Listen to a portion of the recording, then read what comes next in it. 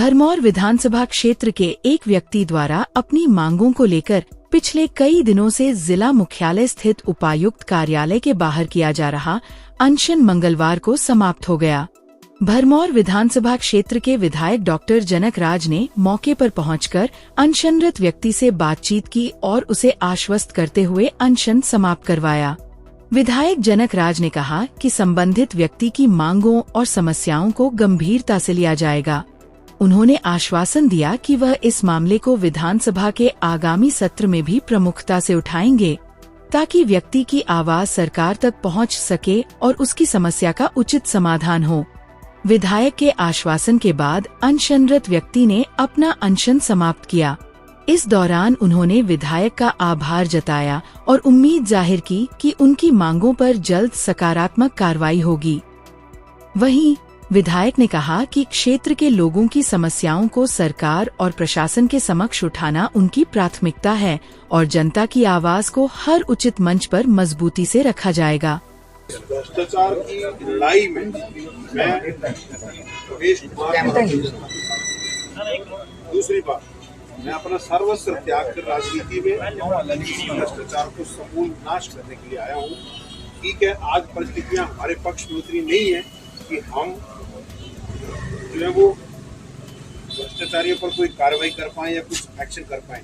आंदोलन, नारे, धरने यही एक हमारा माध्यम है जिस माध्यम से हम सरकार तक अपनी बात पहुंचा सकते हैं, कार्रवाई की मांग कर सकते हैं। अतः मैं इस सारी चीज़ों को जितनी जानकारी मुझे मीडिया, सोशल मीडिया और इन कागजों को देख के और अन्य जगहों से बात करके मिली है, मैं आप लोगों सबको आश्वस्त करता हूँ।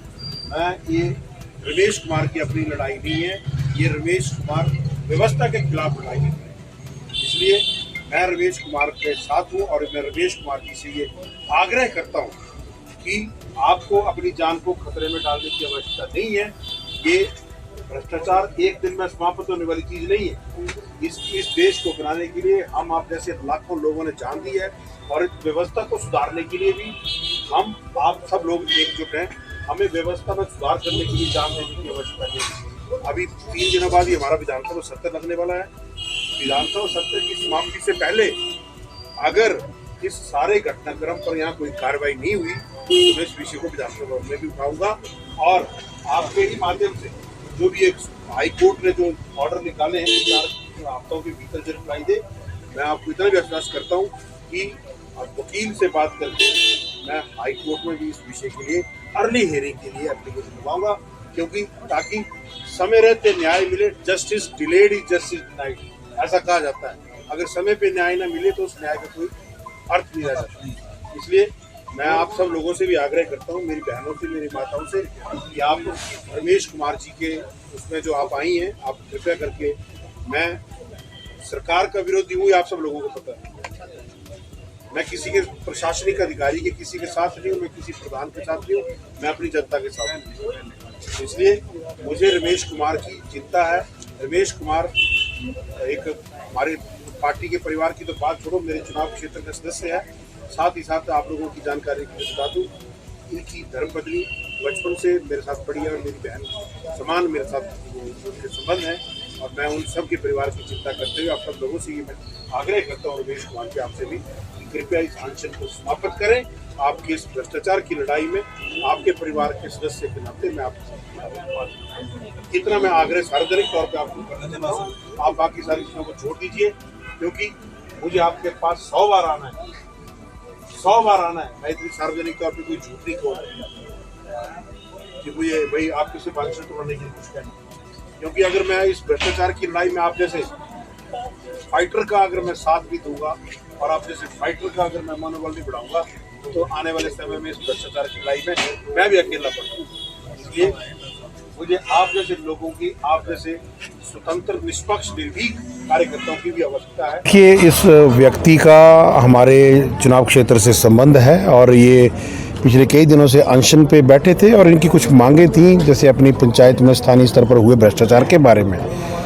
देखिए, किसी की भी जान सबसे कीमती होती है और उनकी जान को बचाने के लिए हमने उनको ये आश्वासन दिया है कि इस भ्रष्टाचार की लड़ाई में मैं उनके साथ हूँ और ज़रूरत पड़ने पर इस विषय को विधानसभा के भीतर भी उठाएंगे और माननीय उच्च न्यायालय के समक्ष भी हम एप्लीकेशन दायर करके इस विषय पर जल्दी सुनवाई करने की भी मांग करेंगे, ताकि भ्रष्टाचार पर जो है वो चोट की जा सके। परंतु भ्रष्टाचार के खिलाफ लड़ाई लड़ने का अर्थ ये नहीं है कि हम किसी की जान का बलिदान दे दें। इस देश को आज़ाद कराने के लिए भी असंख्य लोगों ने बलिदान दिया है। आज भी इस देश की एकता, अखंडता और अस्मिता को बचाए रखने के लिए असंख्य फौजियों की जान युद्धों में या आतंकवादी हमला में जाती रही है।